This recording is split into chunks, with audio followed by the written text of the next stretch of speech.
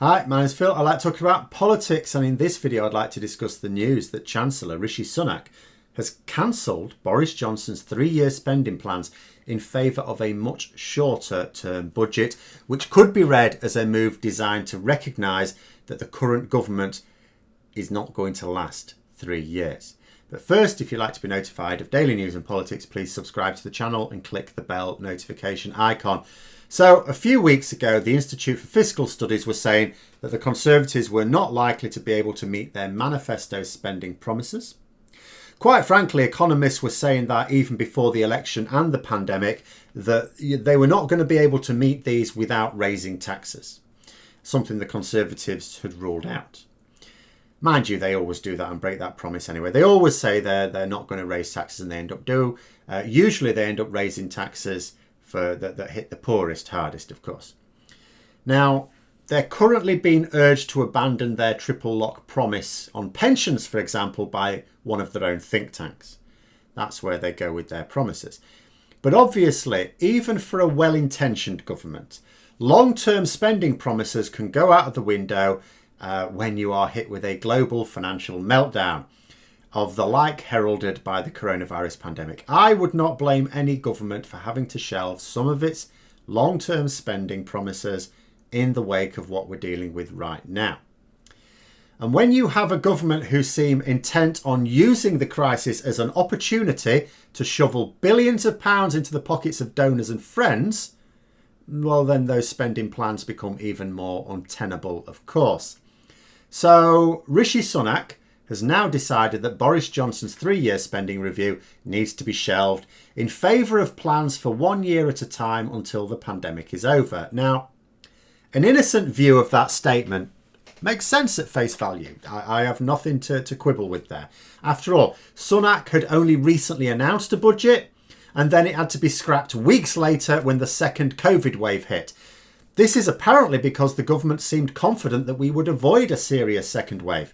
I'm not sure how, when their own scientific advisors were warning them what to do to avoid a second wave, and then the government didn't do those things. So when you're told, do these things to avoid a second wave, all right, I won't do them, then you don't avoid the second wave. That's how that works. But it came as a complete surprise to them, apparently. So yes, in volatile times, the idea of setting out 3-year plans for anything, you can argue to people seems a bit silly. In reality, you actually do need, at least medium-term planning, because without some of these plans going on for years, businesses and other groups cannot plan themselves, and then you end up in a bit of trouble.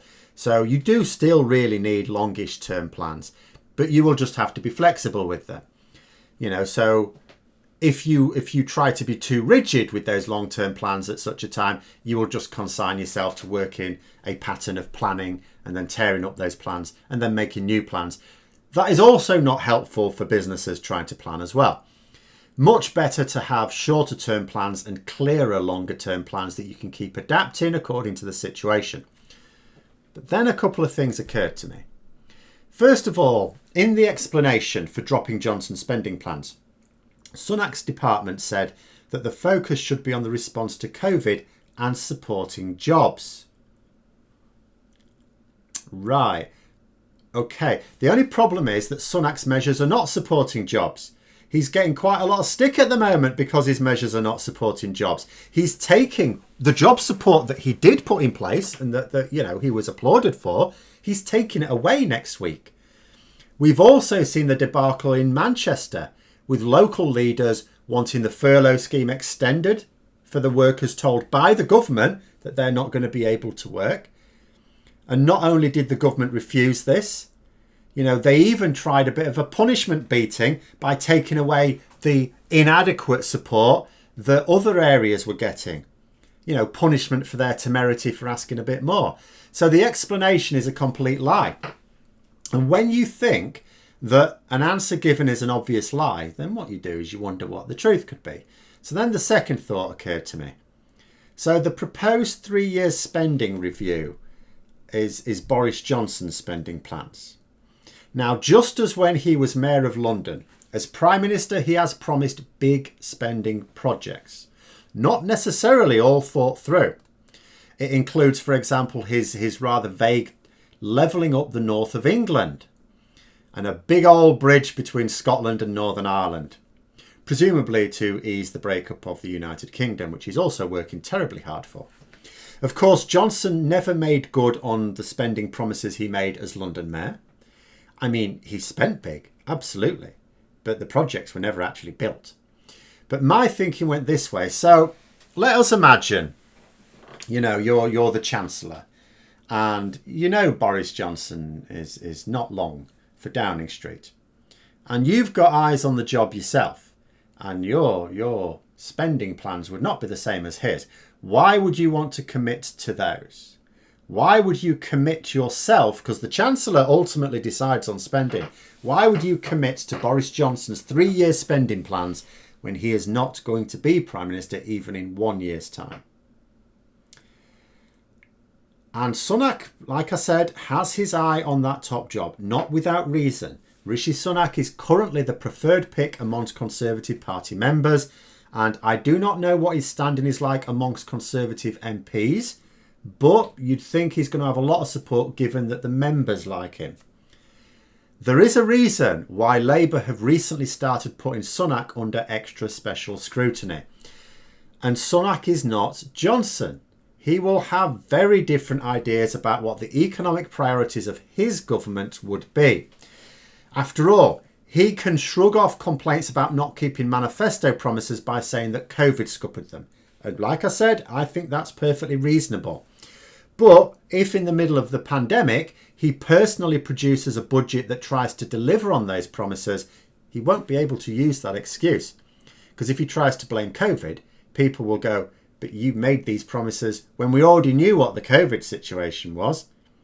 So it's much better to cancel the plans now, blame it on COVID, or even an over-optimistic blonde buffoon, because he wasn't Chancellor when the original plans were drawn up, and just go with a more modest short-term budget to play for time, when the new leader is being sorted out. And this is not something that has the approval of Boris Johnson, because some of you may go, but hang on, Phil, be fair.